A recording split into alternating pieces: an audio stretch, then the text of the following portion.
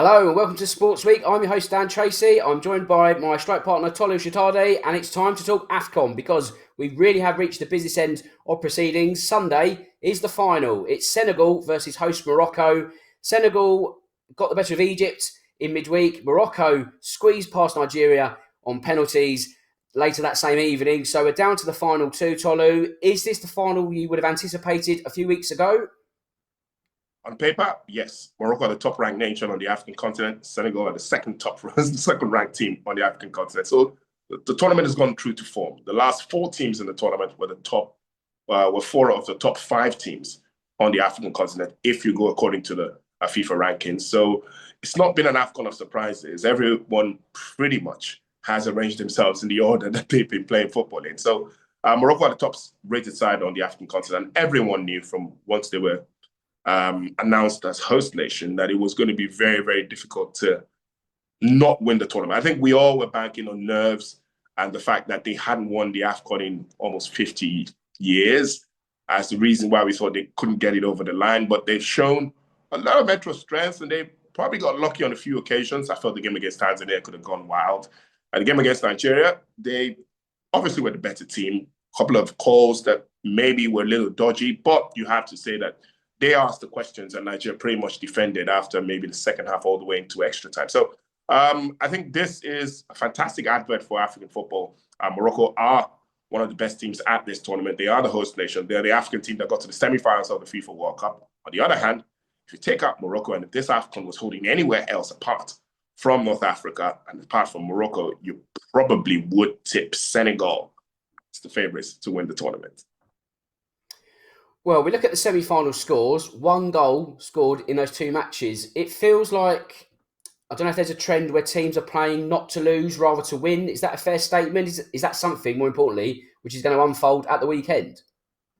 I think it will, yes. I think if you look at both semi-finals, Senegal against Egypt, I was really disappointed with the Egyptians. They sat back, and it was working before Sadio Mane scored that outrageous goal from outside of the box. It was Senegal taking the initiative. They weren't particularly opening Egypt up, to be honest, but the Egyptians were almost relying on the counter with Salah and Mamouche to catch the Senegalese napping, but that didn't happen, and Senegal didn't particularly open them up. So it was a moment of magic from Mane that secured that. And if you watch the Morocco-Nigeria game yesterday, for all of the talent and for all of the goals that Nigeria scored at this AFCON, it didn't particularly work against Morocco.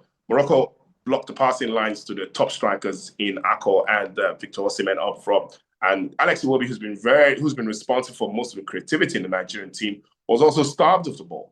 On the other hand, the Nigerians also ensured that Morocco never really got into their stride in the game. I think it was probably towards the end of the 90 minutes that Morocco created a few chances.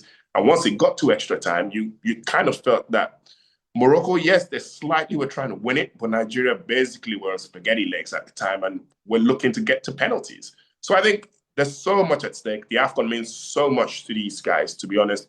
I think the days when the AFCON was just a tournament that Africans took very seriously is past now. I think everyone around the world now takes note of the AFCON, and I think you could see it in the performances that we've seen this year at the tournament. I think Senegal against Morocco is going to be almost a carbon copy of what we saw from the semi-finals involving both teams. The only difference now is, will Senegal surrender possession to Morocco?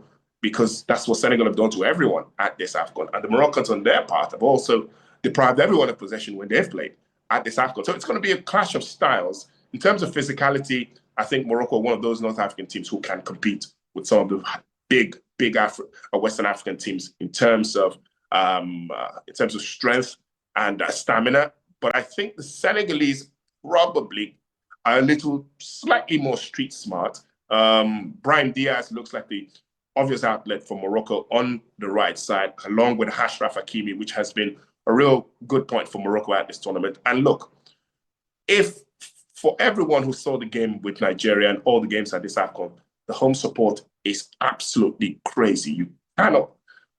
Sometimes you don't even hear when the referee blows the whistle because there are thousands of whistles being blown in that ground. But the Senegalese have got absolutely good players who have played at the highest level. They'll miss Kalidou Koulibaly, who was suspended for the final, by the way, got a yellow card in the semi-final with Egypt yesterday. Also went off injured, so I don't think it really matters. I think he's pulled his hamstring. So even if he didn't get carded, probably wasn't going to make the final. But Senegal have got a really, really deep team. Nicholas Jackson up top. There's still the Papa Sarr, the Tottenham man, can't even get into this Senegal team. That's how good they are at the moment. So it's going to be a classic final as far as I'm concerned.